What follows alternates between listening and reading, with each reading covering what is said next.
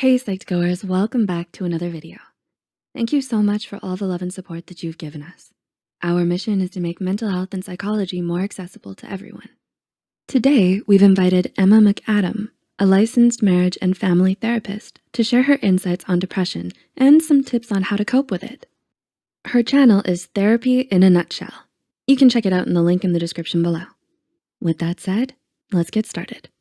History of depression in my family and myself. Just like physical health, you have to maintain it by taking care of your body with exercise and eating the right food and going to the doctor when you're injured or ill. With mental health, you also have to take daily action to be healthy. And when things are stressful, I have to take extra care to manage my mental health. So for example, when I was in grad school or when I'm pregnant or postpartum, and right now, when we as a global community are fighting a pandemic, we all have to take a little extra care of our mental health. What I'm going to talk about today is more about maintaining mental health than it is about getting out of the deepest pit of depression. When you're deep in a depressive episode, it can be really hard to see any light. It feels like you're at the bottom of a pit and can't imagine what it feels like to be out of it. At that place, often all you can do is tiny steps and hopefully get some help to get out of there. So don't allow yourself to get overwhelmed by my routine. Just choose one little thing to start with and then take the next step when you can. Number 1, morning routine. So the first thing I do every day is getting on my knees and praying. I express gratitude for the day and for my life and the opportunity I have to do good in the world. And that connection with God, for me, helps me feel loved and purposeful through my day. If you're not religious, you could do some meditation or a breathing exercise here. I try not to look at my phone first thing in the morning because I wanna start my day intentionally, the way I want it to be. If I open social media, I'm letting others choose what I take in, and that could be positive, negative, stressful, uplifting, or critical. And so I just choose to start my day with some quiet time. I do a little reading, and then I write out my goals and priorities for the day. And right now, with all the news that's frightening, I choose to listen to the news around lunchtime, once a day, so that I don't get constantly stressed out and have time to process it during my waking hours. And speaking of waking hours, let's talk about sleep for a minute.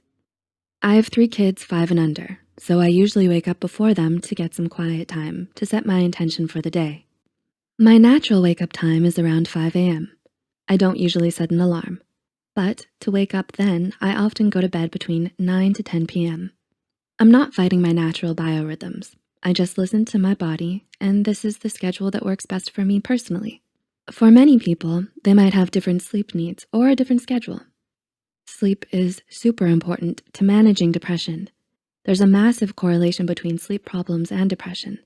Lack of sleep can cause depression, and getting good sleep can actually let your brain heal from depression. So I really value my sleep. I have old friends who nicknamed me 905 because I often go to bed at that time and I miss out on some fun for sure, but it's what keeps me healthy, so it's worth it for me. For each person, your sleep needs are different, but getting enough sleep can really make a big difference. One study found that 87% of people with depression who resolved their insomnia significantly decreased their depression symptoms. Number 2, get dressed and showered. Okay, so after waking up refreshed and taking quiet time to pray, study, and set my intentions for the day, I make sure to get showered and dressed. I found that this can be really hard when you're depressed, but being clean and dressed helps me feel more energetic and gets rid of my excuses. I mean, if I have yesterday's makeup all over my face and I'm wearing PJs, it makes it hard for me to want to go out and see friends or be social or get things done. So just get dressed for the day. Then I take my multivitamins, and if I remember, I take my omega-3 supplements. And nutrition is an important part of my routine as well. I try to eat a lot of plants and not too much sugar or processed foods, but I'm not going to go into that too much right now. Number 3, exercise. The other essential part of my mental health maintenance is exercise. There's so much research that proves that exercise is great for mental health. It helps clear brain fog, and it helps reduce stress chemicals in your brain. I feel like when I exercise, it just works through a backlog of pent-up emotions, and I can feel my body relax. I think it also helps me deal with anger and frustration, and I just like it. I know a lot of people exercise in the morning, but for me, Back when I worked full-time, I used to always go climbing or for a hike or run after work. That's when I needed it the most, and it was hard for me to get motivated in the morning, but by afternoon, I was looking forward to it. Now that I'm a full-time mom, I have to be more creative in how I get my exercise in. I often just work out in the yard, gardening, digging in the dirt, and running around the yard with my wheelbarrow. Or I'll do some yoga on TV, or go for a walk with my kids, or pull them behind my bike. Now that we're stuck in our homes with the coronavirus pandemic, I'm doing more inside workouts. I like the 7-minute workouts on my phone or the Fitness Marshal on YouTube. Number 4, nature time. This takes me back to another aspect of my mental health routine that is really important for me. Outside time. I need nature. I need to see the sky and soak in some sun. I'm fortunate to live in a beautiful place, and I take advantage of that by getting outside. There is some research showing that sunshine and nature and being outside changes our physiology. It slows our heart rate and decreases stress chemicals and stuff. But regardless of the research, I can just feel the difference for me. If you can't get outside, open your windows, sit on your porch, or if you can't do any of that, then you could spend some time looking at beautiful landscape photography or a nature film. Your brain has the ability to bring to mind the feelings of nature just by imagining it. Number 5, my evening routine. My evening routine looks like getting my kids to bed and then taking some quiet time for myself. I usually take a hot bath and read a book or an archaeology journal. I'm kind of nerdy, but that's what I like. Even though I have very few hours to work on my passion project, these videos, I don't usually work in the evenings because it would just stress me out a little and I need the downtime to stay healthy. So then before bed, I write in my journal.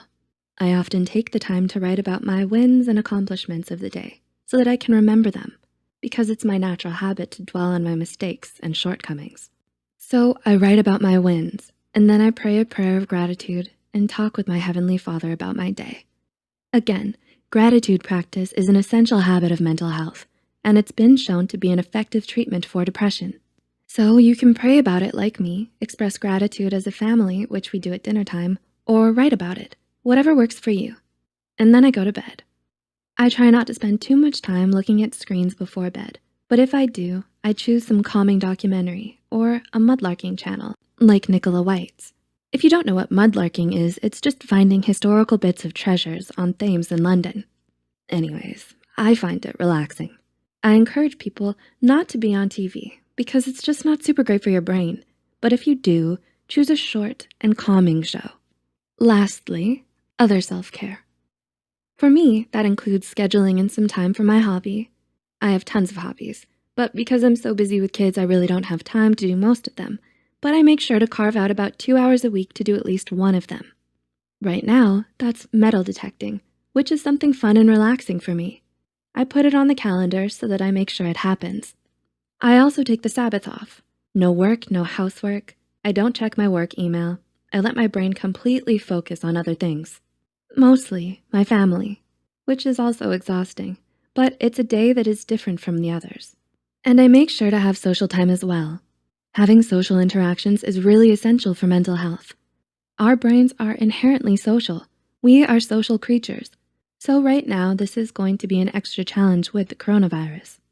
I'm taking the time to call up old friends. I have some groups I'm hanging out with on Zoom, and when we're not on lockdown, I meet up with friends to let the kids play or to go out to lunch or whatever. So there you have it, my daily routine to maintain mental health. I have a careful morning routine. I make sure to get enough sleep. I get dressed every day. I exercise and get some outside time. I carve out time to relax each evening, practice gratitude, and acknowledge my successes of the day. And once a week, I make sure to get out and do something just for me. Stress, anxiety, and social isolation can all contribute to depression, but you can prevent depression during stressful times like the pandemic and social distancing by using daily habits that promote mental health. Depression is treatable, and there are some simple things you can do every day to prevent depression and stay mentally healthy. I hope you can find some things from this list that help you figure out a way to maintain your mental health today, this week, and during the crazy pandemic that we're going through. And remember, you're braver than you know and stronger than you think. Thanks for watching, and take care. If you enjoyed this video and would like to learn more about therapy, mental health, and what you can do to improve depression, anxiety, or other mental illness, check out Emma's channel, Therapy in a Nutshell. The link will be in the description.